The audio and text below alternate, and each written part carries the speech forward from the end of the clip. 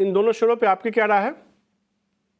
जी, बिल्कुल देखिए पीएनबी में तो मैं बने रहने की सलाह दूँगी, टारगेट ₹108 का रहेगा, अगेन समय सीमा थोड़ी छोटी दे रही हूँ 1 से 2 महीने की, उस हिसाब से काम किया जा सकता है। पीएनबी की बात करें तो इसके साथ प्रॉब्लम क्या थी जो इनके जो नॉन परफॉर्मिंग एसेट्स हैं, यानी कि जीएनपी और एनएनपी रेशियोज़, एसेट क्वालिटी जिसे हम बोलते हैं बेसिकली वहाँ पे लेके कंसर्न्स थे क्योंकि काफ़ी ज़्यादा है।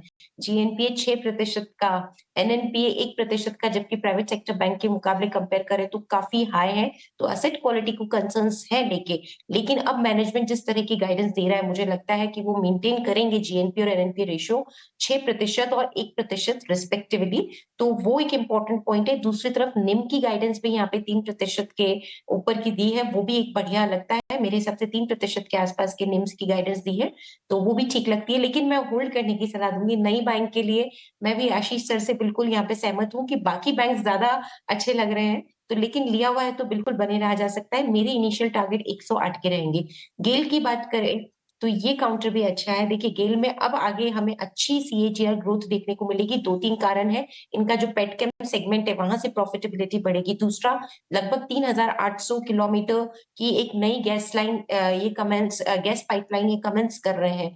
वो भी एक बढ़िया यहाँ पे फ्यूचर ग्रोथ के लिए एक बढ़िया ड्राइवर हो सकता है। सो गेल अच्छा लगता है, लेकिन अगेन इसमें भी होल्ड करने की ही रिकमेंडेशन है। मैं नतीजों का वेट करना चाहूँगी जो तीसरी तिमाही के अभी आने चालू हो जाएँगे। उसके बाद इसमें मैं शायद बाइंग की रेटिंग भी दूँ, लेकिन लिया हुआ है तो बने रह सकते हैं। इनिशियल टारगेट थोड़ा-सा छोटा है, 180 का है, लेकिन नतीजे आने के बाद अगर बढ़िया नतीजे आए, तो ये टारगेट बिल्कुल यहाँ पे रिवाइज़ किया जा सकता है। बास्ता और पीएनबी, बीते साल हमने देखा था तमाम आशीष सर की सरकारी कंपनियों के शेयर में जो तेजी आई ना, किसी ने सोचा नहीं था कि ऐसी भी तेजी आएगी।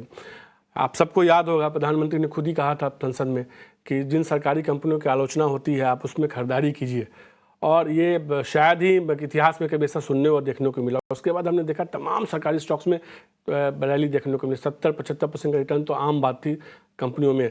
गेल और पीएनबी, इन दोनों शेयरों को लेकर आपकी क्या राय है, क्योंकि इन दोनों ने भी बीते साल एक अच्छी रैली दिखाई और दोनों शेयर 1 लाख करोड़ के मार्केट कैप के क्लब में शामिल हुए।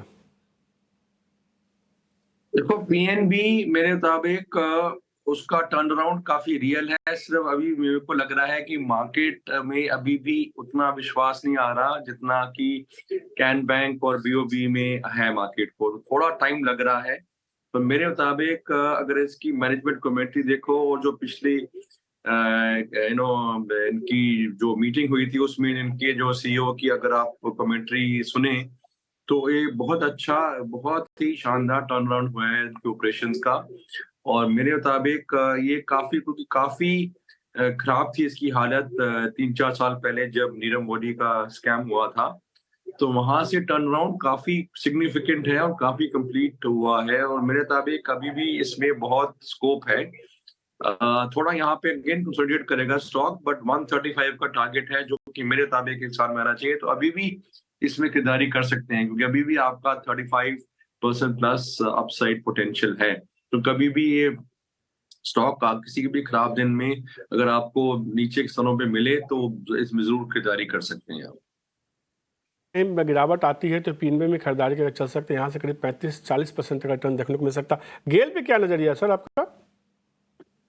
गेल में भी आई एम पॉजिटिव। मेरा इमीडिएटली ऐसा कोई टारगेट वर्कड आउट नहीं है, बट गेल में आई थिंक अगेन जो ऑयल एंड गैस का सारा ही जो सेक्टर है वो भी काफी अभी भी अंडर वैल्यूड है, चाहे वो आईओसी हो या गेल हो। और मेरे मुताबिक इन सब में अभी भी बने रहना चाहिए क्योंकि अभी जो टर्न अराउंड हो रहा है, जो मार्केट का मोमेंटम आ रहा है, उसमें मेरे मुताबिक यहाँ से सिग्निफिकेंट अपसाइड है सभी ऑयल स्टॉक्स में इंक्लूडिंग गेल।